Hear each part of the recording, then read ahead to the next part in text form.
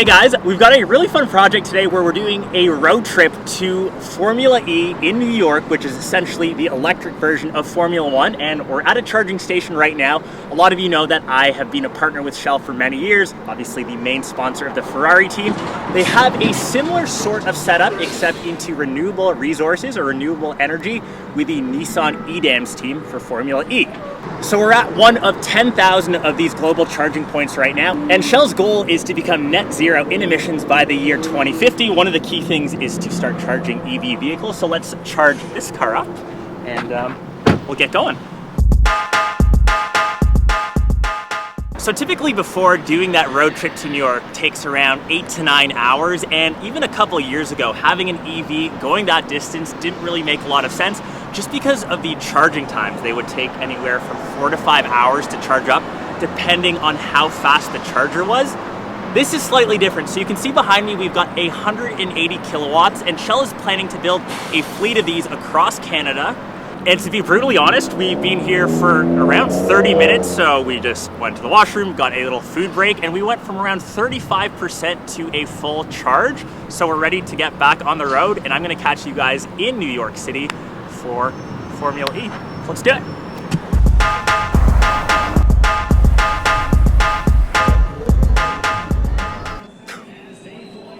So we made it. The overall drive took around 8-9 hours. We stopped twice, which is pretty realistic how you would normally stop in a regular vehicle. So the charging times is what made it so awesome. So that needs to be implemented everywhere. If we have those charging stations, EV cars, like they will be the future, it makes sense. And like I mentioned, we are here at Formula E, the New York Grand Prix. So there's a couple differences between this and Formula One, which we'll get to. We're gonna do a little tour of what it's like here. Brandon is with me, and I'll show you guys what a Formula E race looks like.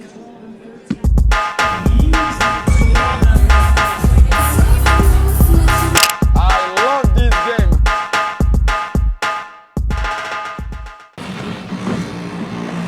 Okay, so I thought this would be really cool. We're overlooking the skyline of the city right now. We're in the grandstands right between qualifying and the actual race, so don't mind some of the music. I'll try to talk over it.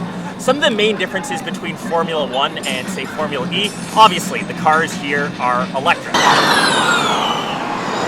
And this is currently the 8th season of Formula E, and the second generation of cars will be moving into Gen 3. And typically with every generation, there's something new introduced into the race. For Gen 2, for example, they would race on one battery, no switching. But alluding to Gen 3, some of the hype has been around new pit stops to implement a swappable battery or to see how fast they could charge during the pit stop. And to talk a bit of tech, all that trickles down into regular consumer cars. So how can those batteries recharge quickly? If you can get that tech into, say, the Taycan, say into a Tesla, some of the new Nissans that we saw, the new Aria that was on display, if you can get those batteries to charge quickly, it just makes the experience so much better for the regular person. Two other key differences to Formula E are attack mode, where the cars are given 30 extra kilowatts of boost to use sometime during the race, and something called fan boost. And this is the only motorsport where fans can directly impact the race, where fans can vote for their favorite driver, and the drivers can deploy that for 5 seconds in the second half of the race, which we'll see very, very soon. We actually have a pit tour for the Nissan EDAMS team, which we're actually gonna get to right now. I'll show you behind the scenes of what a pit lane looks like and maybe a close-up of some of the cars. Let's head there now and check out this view. Come on.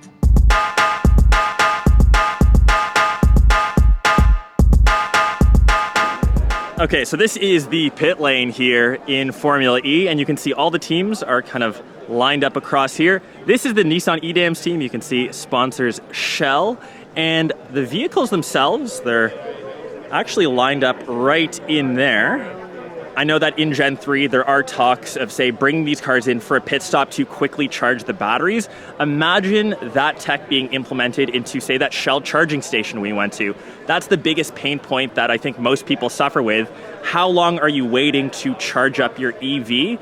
If you can do it in this Formula E race in, say, 30 seconds, a minute, all of that will eventually come down to our regular vehicle. So I think that's really cool. And I'm about to interview Tommaso Volpe, the general manager of the Nissan Formula E team, who's way more technical about this stuff than I am. Well, the partnership with Shell is very strategic because Shell, similarly to Nissan, has a very strong commitment in terms of sustainability.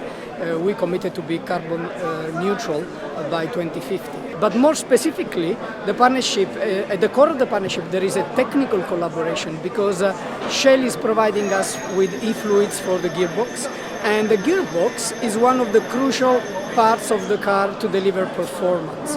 Because in Generation 2, but even more in Generation 3, cars that will come next year, the key performance differentiator between cars will be the level of efficiency, the energy efficiency.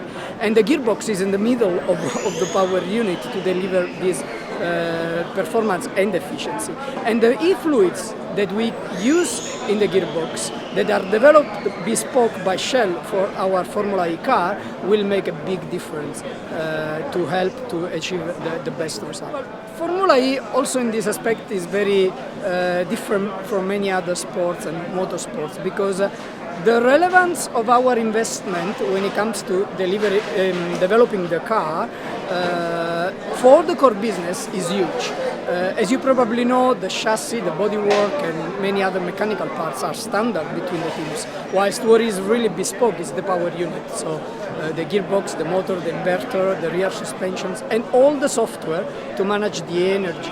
And this is crucial because it means that most of our investment is focused on developing these areas of the car, and these are 100% relevant for electric vehicles in the core business of Nissan and other manufacturers.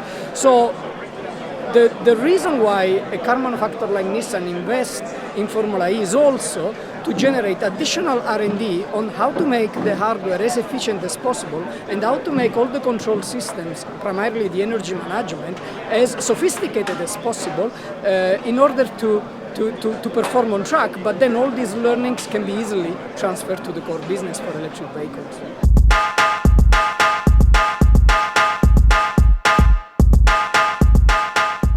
So I've somehow wiggled my way onto the pre-starting grid here. You can see the Nissan car just getting ready to go. Obviously, this aluminum comes off, the little umbrella comes off just to keep everything cool right before the race. And that's where they'll be going through.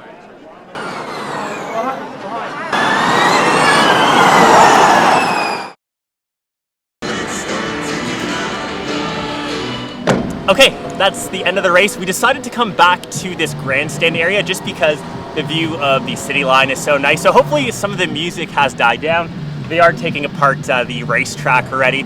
But the end of the race, the last couple laps, the last 10 or so minutes, it was pretty hectic. Everyone's trying to use up their battery and the contact is just so much different than F1. It's actually pretty cool to see. Obviously the sound, a lot different. I'm sure in some of these B-roll clips you'll hear it almost sounds like a bumper car? What does it sound like, Brandon? Bumper car. Fast bumper cars. So big shout outs again to Shell. A lot of the stuff that you saw in the garage tour, a lot of that tech for, say, the Nissan team, that's moving on to their regular consumer cars, just like the Aria, which we saw, it's their new SUV that's launching. But more on the battery tech, as well as software side, Shell will use all that info and implement that into the regular charging stations that we filled up with, or juiced up with, I should say, when we made this drive down. And once that becomes more mainstream, the network has grown, it will just become natural. That will become the normal way to do things. And I'm actually not heading back home. I actually have a next project out in Vietnam. I'm leaving straight from New York. Brandon, I'm gonna call you in frame here. So Brandon, actually, the last time we were in New York together, as you come nice and close, we were trying to figure this out, what, 10 years? Yeah, 10 years ago in NYC. 10, and we saw Eric Prydz for his epic 3.0 show. Yes. So hopefully you guys enjoy this. All info, all extra stuff will be down below, and we'll catch the rest of you in one of the next vids. Peace.